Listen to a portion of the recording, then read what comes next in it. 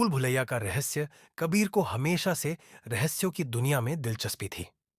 पुरानी किताबें, खंडहरों की कहानियां और अनसुलझे रहस्य उसकी जिंदगी का हिस्सा थे। एक दिन उसे शहर की सबसे पुरानी लाइब्रेरी के बारे में पता चला।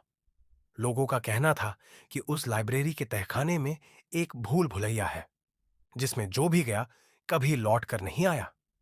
शहर में इस लाइब्रेरी को भूल भुलैया वाली लाइब्रेरी कहा जाता था।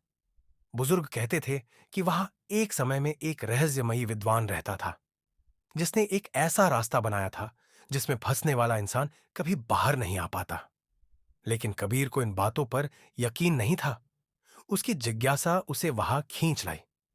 रहस्यमयी दरवाजा। एक शाम कबीर ने अपने 3 दोस्तों नील, आर्या और विवेक को अपने साथ चलने के लिए मना लिया।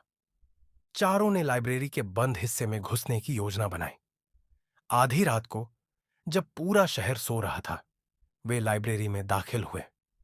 चारों के हाथों में टॉर्च थी और दिल में एक अजीब सा डर। लाइब्रेरी में धूल जमी किताबें, टेढ़ी मेढ़ी अलमारियां और पुराने जमाने की चीजें थीं। चलते चलते वे एक बड़े से लकड़ी के दरवाजे के सामने रुके। दरवाजे के ऊपर एक अजीब सा शिलालेख था। जो अंदर जाएगा, उसे अपनी परछाई से सामना करना होगा। आर्या ने हल्के से दरवाजा खोला। एक ठंडी हवा का झोंका आया और चारों के रोंगटे खड़े हो गए। भीतर एक संकरे रास्ते से भूल भुलैया की शुरुआत होती थी। कबीर ने दोस्तों को हिम्मत दी और वे अंदर चले गए। भूल भुलैया में फंसना। भूल भुलैया के अंदर घुसते ही चारों ने पीछे देखा। दरवाजा अपने आप बंद हो चुका था। चारों के दिल की धड़कन तेज हो गई। सामने 3 रास्ते थे। कबीर ने कहा, हम सब साथ रहेंगे तो डरने की जरूरत नहीं। वे बीच वाले रास्ते पर चल दिए। अंदर घुसते ही अजीब अजीब आवाजें आने लगीं। कभी किसी के चलने की आहट, कभी किसी के फुसफुसाने की आवाज। अचानक विवेक ने एक पुराना सिक्का जमीन पर पड़ा देखा। जैसे ही उसने उसे उठाया, एक भयानक चीख पूरे भूल भुलैया में गूंज उठी। आर्या डर गई और बोली, हमें वापस चलना चाहिए। लेकिन कबीर नहीं माना। उसने कहा, हम सच का पता लगाकर ही लौटेंगे। वे आगे बढ़े। पहला साथी गायब। थोड़ी दूर जाने पर एक बड़ा हॉल आया। वहां एक टूटा हुआ आईना रखा था। कबीर ने उसे गौर से देखा। तभी अचानक नील पीछे रह गया। जब उन्होंने मुड़कर देखा तो नील गायब था। आर्या चिल्लाई, नील, तुम कहां हो?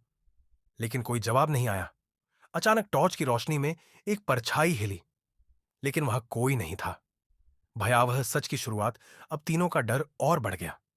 वे नील को ढूंढने लगे, लेकिन भूल भुलैया के रास्ते और जटिल होते जा रहे थे। हर मोड़ पर एक नया रहस्य उनका इंतजार कर रहा था। अचानक कबीर को एक दरवाजा दिखा। दरवाजे के पास एक किताब रखी थी। उस पर लिखा था, यहां से आगे जाना खतरे से खाली नहीं। लेकिन कबीर ने दरवाजा खोला। जैसे ही दरवाजा खुला, आर्या की चीख सुनाई दी। कबीर ने पलट कर देखा। आर्या भी गायब हो चुकी थी। अब कबीर और विवेक ही बचे थे। वे दोनों घबराए हुए थे, लेकिन लौटने का रास्ता नहीं मिला। आखिरी सच का सामना। चलते चलते वे एक ऐसे कमरे में पहुंचे जहां एक बड़ा सा दर्पण था। कबीर ने उसमें झांक कर देखा, लेकिन उसे अपना अक्स नहीं दिखा।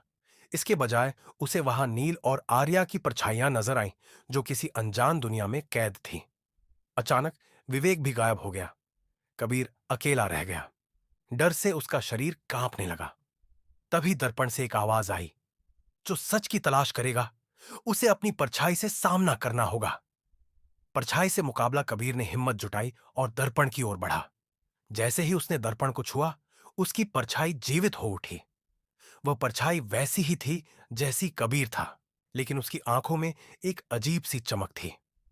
परछाई ने कहा, अगर तुम यहां से निकलना चाहते हो तो अपनी सबसे बड़ी कमजोरी का सामना करो। कबीर समझ गया कि उसे अपने डर से लड़ना होगा। उसने अपनी आंखें बंद की और जोर से कहा, मुझे डर नहीं लगता, मैं अपने दोस्तों को बचाऊंगा।